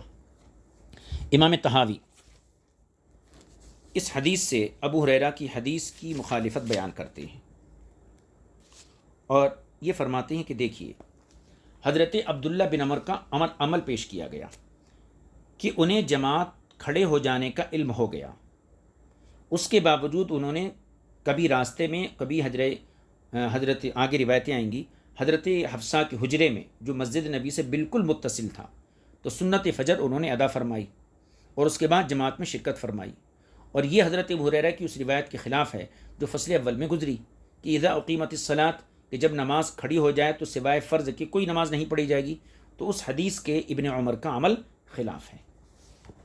دیکھیے فہذا وإن كان لم يصلهما في المسجد فقد صلاهما بعد علمه، اب اس حدیث میں کیا ہے کہ ابن عمر نے 2 رکعت سنت راستے میں ہی پڑھ لی، تو امام طحاوی کہتے ہیں اگرچہ انہوں نے یہ 2 سنتیں مسجد میں نہیں پڑھی لیکن فقد صلاهما بعد علمه بإقامة الصلاة في المسجد، لیکن مسجد میں جماعت کھڑی ہو چکی ہے اس چیز کو جاننے کے بعد انہوں نے سنتیں پڑھی، جبکہ ابو ہریرہ کی روایت یہ کہتی ہے کہ جب جماعت کھڑی ہونے کا علم ہو جائے تو پھر کوئی نماز نہیں ہے، فذلک کے خلاف قول ابی ہریرہ، لہذا ابن عمر کا یہ عمل ابو ہریرہ کی روایت کے خلاف ہے۔ کون سی روایت تھی ان کی؟ اذا اقیمت الصلاۃ فلا صلاۃ الا المکتوبہ، کہ جب جماعت قائم ہو جائے فرض کی تو سوائے فرض کے کوئی نماز نہیں پڑھی جائے گی۔ تو ابن عمر نے اگرچہ مسجد میں سنت نہیں پڑھی لیکن یہ معلوم ہونے کے بعد پڑھی کہ جماعت کھڑی ہو چکی ہے، جماعت قائم ہو چکی ہے، تو اگر اس حدیث کو مانے تو مطلب کیا ہوا کہ جماعت قائم ہونے کے بعد سوائے فرض نماز کی کچھ نہیں پڑھا جائے گا، اور جبکہ ابن عمر نے فرض نماز کی جماعت کھڑے ہونے کے بعد اور اس کے علم کے باوجود سنت ادا کی۔ ان کان معناه ما صرفه الیہ اہل المقالہ، تو حضرت ابن عمر کا عمل یہاں پر ابو ہریرہ کی روایت کے خلاف ہوا، کب؟ جبکہ اس کا وہی معنی لیا جائے جو فریق اول نے لیا ہے، یعنی جماعت کھڑے ہونے کے بعد سنت پڑھنے کی اجازت نہیں، اور اگر وہ معنی لیا جائے جو ہم نے لیا ہے تو کوئی اختلاف نہیں، کیونکہ ہم یہ کہتے ہیں کہ اس کے قریب نہ پڑھا جائے بلکہ دور ہٹ کر پڑھی جائے۔ آگے دیکھیے حدثنا فہد قال حدثنا ابو نعیم قال حدثنا مالک بن مفول قال سمعت نافع یقول، میں نے حضرت نافع کو فرماتے ہوئے سنا، ایقظت ابن عمر لصلاۃ الفجر وقد اقیمت الصلاۃ، میں نے ابن عمر رضی اللہ تعالی عنہ کو نماز فجر کے لیے اٹھایا اور نماز اس وقت مسجد میں کھڑی ہو چکی تھی، فقام فصلی الرکعتین، تو آپ اٹھے اور آپ نے جو ہے 2 رکعتیں سنتیں پڑھی۔ تو یہاں بھی دیکھیے علم کے باوجود کہ جماعت کھڑی ہو گئی ہے اس کے باوجود 2 رکعت سنت پڑھی۔ تیسری حدیث حدثنا علی بن شیبہ قال حدثنا الحسن بن موسیٰ قال حدثنا شیبان بن عبد الرحمن عن یحیی بن ابی کثیر عن زید بن اسلم عن ابن عمر رضی اللہ تعالی عنہما انہ جاء والامام یصلی الصبح، ابن عمر تشریف لائے اور امام فجر کی نماز پڑھا رہا تھا، ولم یکن صلی الرکعتین قبل صلاۃ الصبح، اور آپ نے فجر کی نماز سے پہلے کی سنتیں نہیں پڑھی تھیں، فصلاہما فی حجرۃ حفصہ، تو آپ نے حضرت حفصہ رضی اللہ تعالی عنہ کے کمرے میں آپ کے حجرے میں 2 رکعت سنت پڑھی، ثم انہ سلم علی الامام، پھر آپ نے آ کر امام کے ساتھ فرض نماز ادا کی۔ اب یہاں دیکھیے 3 روایتیں، پہلی روایت یہ تھی کہ آپ نے راستے میں سنت پڑھی جبکہ آپ کو معلوم ہو چکا تھا جماعت کھڑی ہو چکی ہے، دوسری روایت یہ ہے کہ آپ نے بیدار ہوتے ہی 2 سنت پڑھی جبکہ آپ کو معلوم تھا فجر کی جماعت کھڑی ہو چکی ہے، اور تیسری روایت یہ حجرہ حفصہ میں آپ نے 2 سنت پڑھی جبکہ آپ کو معلوم ہو چکا تھا کہ جماعت کھڑی ہو چکی ہے۔ ففی هذا الحدیث عن ابن عمر، تو اس حدیث میں یہ بات ہے انہ صلاہما فی المسجد، یہ آخری والی جو حدیث ہے کہ حضرت عمر نے ان 2 سنتوں کو مسجد میں ہی پڑھا، کیوں؟ لأن حجرۃ حفصہ من المسجد، کیونکہ حضرت حفصہ کا جو حجرہ تھا وہ مسجد کے اندر ہی تھا، فقد وافق ذلك ما ذکرناه عن ابن عباس، لہذا ابن عمر کا یہ عمل حضرت ابن عباس کی روایت کے بالکل موافق ہو گیا۔ ابن عباس نے یہی کہا کہ فصل کرو، فرض اور سنت میں فصل کرو۔ آگے دیکھیے حدثنا ابو بشر، کہاں گیا؟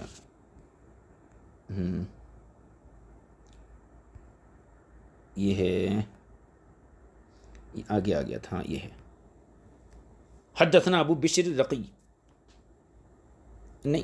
رقی قال حدثنا ابو معاویہ عن مسعر عن عبید بن الحسن عن ابی عبید اللہ عن ابی الدرداء رضی اللہ تعالیٰ عنہ، حضرت ابو الدرداء سے مروی ہے، کیا ہے انہ کان یدخل المسجد والناس صفوف فی صلاۃ الفجر، ابو الدرداء رضی اللہ تعالیٰ عنہ مسجد میں داخل ہوتے اس حال میں کہ لوگ نماز فجر کے لیے کھڑے رہتے جماعت میں، فیصلی رکعتین فی ناحیۃ المسجد، اب مسجد کے کونے میں 2 رکعت سنت پڑھتے، ثم یدخل مع القوم فی الصلاۃ، پھر لوگوں کے ساتھ جماعت میں شریک ہو جاتے۔ آگے دیکھیے، حدثنا ابو، دوسری حدیث یہ حضرت عبداللہ بن مسعود کی ہے غالباً، ہاں، حدثنا ابو بشر رقی قال حدثنا ابو معاویہ عن ابی مالک الاشجعی عن ابی عبیدہ عن عبد اللہ یعنی ابن مسعود انہ کان یفعل ذلک، ابو عبیدہ سے مروی ہے کہ حضرت عبداللہ بن مسعود بھی ایسا ہی کیا کرتے تھے۔ آگے دیکھیے، حدثنا ابو بکرۃ قال حدثنا ابو داود قال حدثنا هشام بن ابی عبد اللہ عن جعفر عن ابی عثمان النہدی قال كنا نأتی عمر بن الخطاب قبل ان نصلی الرکعتین قبل الصبح وهو في الصلاة، ہم سیدنا فاروق اعظم رضی اللہ تعالیٰ عنہ کے پاس حاضر ہوئے قبل ان نصلی الرکعتین قبل الصبح وهو في الصلاة، اور آپ نماز میں مصروف ہوتے تو ہم کیا کرتے، فنصلی الرکعتین فی آخر المسجد، ہم مسجد کے آخر میں 2 رکعتیں سنت پڑھ لیتے تھے، ثم ندخل مع القوم فی صلاتہم، پھر ہم لوگوں کے ساتھ جماعت میں شریک ہو جاتے تھے۔ ٹھیک ہے، یہ عثمان نہدی۔ آگے دیکھیے، حدثنا روح بن الفرج قال حدثنا یحیی بن عبد اللہ بن بکیر قال حدثنا حماد بن زید قال حدثنا عاصم عن ابی عثمان قال كنا نجی وعمر بن الخطاب فی صلاۃ الصبح، ہم آتے اور سیدنا فاروق اعظم رضی اللہ تعالیٰ عنہ صبح کی نماز میں ہوتے، نماز میں مصروف ہوتے، فنرکع الرکعتین، ہم 2 رکعتیں سنت پڑھتے، ثم ندخل معه فی الصلاۃ، پھر ان کے ساتھ جماعت میں شریک ہو جاتے۔ اور آگے دیکھیے، حدثنا ابو بکرہ، یہ آگے قال حدثنا ابو داود قال حدثنا شعبۃ عن حسین قال سمعت الشعبی یقول، امام شعبی فرماتے ہیں، کان مسروق یجیء الی القوم وهم فی صلاۃ، حضرت امام مسروق رضی اللہ عنہ لوگوں کے پاس آتے اس حال میں کہ وہ جماعت میں ہوتے، ولم یکن رکع رکعۃ الفجر، حضرت مسروق 2 رکعت نہیں پڑھے ہوتے تھے، فیصلی رکعتین فی المسجد، تو آپ پہلے مسجد میں 2 رکعت پڑھتے سنت، ثم یدخل مع القوم فی صلاتہم، پھر لوگوں کے ساتھ جماعت میں شریک ہو جاتے۔ آگے دیکھیے، حدثنا ابو بشر رقی قال حدثنا ابو معاویہ عن عاصم الاحول ان شعبی ان مسروق انہ فعل ذلک، شعبی نے بھی امام مسروق سے یہی نقل کیا کہ انہوں نے ایسا ہی کہا، غیر انہ قال فی ناحیۃ المسجد، لیکن اس سند کے ساتھ جو امام مسروق کا عمل آیا ہے اس میں ناحیۃ المسجد کے الفاظ کا اضافہ ہے، جو پہلی والی حدیث کے اندر نہیں ہے۔ آگے چلیے، بالکل اخیر کا ہے، انشاءاللہ یہ باب پورا مکمل ہو جائیں گے۔ حدثنا ابو بکر قال حدثنا حجاج بن المنہاری قال حدثنا یزید بن ابراہیم عن الحسن انه كان يقول اذا دخلت المسجد ولم تصلي ركعة الفجر فصليهما، حسن بصری سے مروی ہے، فرماتے تھے کہ جب تم مسجد میں داخل ہو اور تم نے فجر کی 2 رکعت سنتیں نہیں پڑھی ہوں تو تم انہیں پڑھ لو، وان كان الامام يصلي، اگرچہ امام جماعت شروع کر چکا ہو، امام نماز پڑھا رہا ہو، ثم ادخل مع الامام، پھر تم سنتیں پڑھ کے امام کے ساتھ جماعت میں شریک ہو جاؤ۔ آگے دیکھیے، حدثنا صالح بن عبد الرحمن قال حدثنا سعید بن منصور قال حدثنا حشیب قال اخبرنا یونس قال كان الحسن یقول، امام حسن بصری کہتے تھے، یصلیہما فی ناحیۃ المسجد، فجر کی 2 سنتوں کو مسجد کے کنارے پڑھا جائے، ثم يدخل مع القوم فی صلاتہم، پھر لوگوں کے ساتھ جماعت میں شریک ہونا چاہیے۔ حدثنا صالح قال حدثنا سعید قال حدثنا حشیب قال حدثنا حسین وابن عون عن الشعبی عن مسروق انه فعل ذلك، امام مسروق بھی ایسا ہی کرتے تھے۔ امام طحاوی کہتے ہیں، فهؤلاء جميعا قد اباحوا ركعتي الفجر ان يركعهما في مؤخر المسجد والامام في الصلاة، ان تمام حضرات نے اس بات کو مباح سمجھا ہے کہ فجر کی 2 سنتیں پڑھیں مسجد کے کسی کونے میں، اور امام اگرچہ اس وقت جماعت میں ہو، یعنی امام جماعت شروع کر دیا جب بھی مسجد کے کسی کونے میں 2 رکعت سنتیں پڑھنے کو ان علماء نے، ان ائمہ نے، صحابہ اور تابعین نے جو ہے اس کو مباح قرار دیا ہے۔ فہذا وجہ هذا الباب من طریق الآثار، امام طحاوی کہتے ہیں کہ یہ جو معاملہ تھا اس باب کی روایات کے طور پر تھا، فہذا وجہ هذا الباب من طریق الآثار واما من طریق النظر، اور نظر کا بھی یہی تقاضا ہے کہ فریق ثانی کے مذہب کو ترجیح حاصل ہو، یعنی جماعت قائم ہونے کے بعد بھی سنت پڑھنے کی اجازت ہو۔ نظر کا خلاصہ یہ ہے کہ فریق اول جیسے شوافی، ان کا کہنا کیا ہے، سنت فجر کو چھوڑ کر جماعت میں شریک ہونا اولا اور افضل ہے، تو ہم نے نظر کا استعمال کیا، اور ہم نے دیکھا سب سے پہلے متفق علیہ چیز کو، اور یہ دیکھا کہ تمام علماء کا اس بات پر اتفاق ہے کہ اگر جماعت کھڑی ہوتے وقت کوئی شخص گھر میں سنت پڑھے اور اسے معلوم ہو کہ جماعت کھڑی ہو چکی ہے، یعنی کوئی شخص اپنے گھر میں ہے، اسے علم ہے کہ جماعت کھڑی ہو چکی ہے، لیکن اتنا جانتا ہے کہ میں سنت پڑھے تک جماعت میں شریک ہو سکتا ہوں، تو ایسے شخص کے لیے سنت پڑھ لینا افضل ہے۔ ایک تو یہ اجماعی مسئلہ ہے۔ دوسرا یہ کہ اس بات پر کسی کا اجماع نہیں ہے کہ گھر میں سنت پڑھنے سے سعی الی الفریضہ افضل یا اولا ہو، یعنی فرض کی طرف چلنا یہ اولا ہو، اس پر کسی کا اجماع نہیں ہے۔ اور تطوع کے اقسام میں سے سنت فجر سب سے زیادہ مؤکد ہے، چنانچہ حضور نے خود ارشاد فرمایا کہ اگرچہ یعنی سنت فجر کے بارے میں اگرچہ تم کو گھڑ سوار روند ڈالیں تب بھی تم انہیں پڑھو۔ تو جب اس تاکید کی وجہ سے گھر میں پڑھنا جائز ہے تو پھر مسجد میں بھی جائز ہونا چاہیے، اور ترک کرنا یہ ناجائز ہونا چاہیے۔ یہی قیاس و نظر کا تقاضا ہے۔ اب اس کو ہم ترجمہ کر لیتے ہیں، یہ نظر تھی۔ فإن الذين ذهبوا إلى أنه يدخل في الفریضة ويدع الركعتين فإنهم قالوا، کیونکہ جو لوگ اس طرف گئے ہیں کہ وہ یہ کہتے ہیں کہ آنے والے کو فرض شروع کرنا چاہیے اور ان دو سنتوں کو چھوڑ دینا چاہیے، شفاف ہے۔ فإنهم قالوا، تو ان لوگوں نے یہ بھی کہا ہے، تشاغلہ بالفریضۃ اولا من تشاغلہ بالتطوع وافضل، کہ اس آنے والے شخص کا فرض میں مشغول ہونا یہ زیادہ بہتر اور زیادہ اولا ہے سنت میں مشغول ہونے سے۔ فکان من الحجۃ علیہم فی ذلک، تو اس سلسلے میں ان کے خلاف ہماری دلیل یہ ہے کہ انہم قد اجمعوا، کہ تمام فقہا کا اس بات پر اجماع ہے۔ کس پر؟ تمام فقہا کا اس بات پر اجماع ہے، انہم قد اجمعوا انہ لو کان فی منزلہ، کہ اگر کوئی شخص اپنے گھر میں ہو، فعلم دخول الامام فی صلاۃ الفجر، اور اسے اس بات کا علم ہو کہ امام جماعت شروع کر چکے ہیں، تو سب کا اس بات پر اجماع ہے انہ ینبغی لہ ان یرکع رکعتي الفجر، کہ وہ فجر کی دو سنتیں پڑھ لے، ما لم یخف فوت صلاۃ الامام، جب تک اسے جماعت نکلنے کا اندیشہ نہ ہو۔ اس پر سب کا اجماع ہے۔ فإن خاف فوت صلاۃ الامام لم یصلہما، اور اگر وہ اسے یہ خدشہ ہو کہ میں سنت اگر پڑھوں گا تو جماعت چھوٹ جائے گی، تو پھر سنت نہ پڑھے۔ کیوں؟ لأنہ انما امر ان یجعلہما قبل الصلاۃ، کیونکہ حکم یہی دیا گیا ہے کہ ان دونوں سنتوں کو فرض سے پہلے پڑھا جائے۔ یہ تو اجماعی مسئلہ تھا کہ کوئی شخص گھر میں اگر سنت پڑھے تو پھر جو ہے اس کے لیے اجازت ہے۔ ولم یجمعوا ان تشاغلہ بالسعی الی الفریضہ افضل من تشاغلہ بہما فی منزلہ، اور اس بات پر کوئی اجماع نہیں ہے، اس بات پر اجماع نہیں ہے کہ فرائض کی طرف جانے میں مشغولیت ان کو گھر میں پڑھنے میں مصروف ہونے سے افضل ہے، یعنی فرائض کی طرف جانے کی مشغولیت ان سنتوں کو گھر کے اندر پڑھنے کی مشغولیت سے افضل ہو، اس کے اوپر کوئی اجماع نہیں ہے۔ وقد اکدت ما لم یؤکد شیء من التطوع، اور سنت فجر کی وہ تاکید آئی ہے جو کسی دوسری سنت کی نہیں آئی ہے۔ رویہ ان رسول اللہ صلی اللہ علیہ وسلم لم یکن علی شیء من التطوع ادوم منہ علیہما، اور حضور اکرم صلی اللہ علیہ وسلم سے یہ بات مروی ہے کہ حضور کسی چیز پر ان دو سنتوں کے علاوہ کسی دوسری سنت پر اس قدر مداومت اختیار نہیں فرماتے تھے۔ وانہ قال، اور حضور نے ارشاد فرمایا ہے، لا تترکوہما وان طردتکم الخیل، تم انہیں مت چھوڑنا ان دو سنتوں کو اگرچہ تمہیں گھڑ سوار روند ڈالیں۔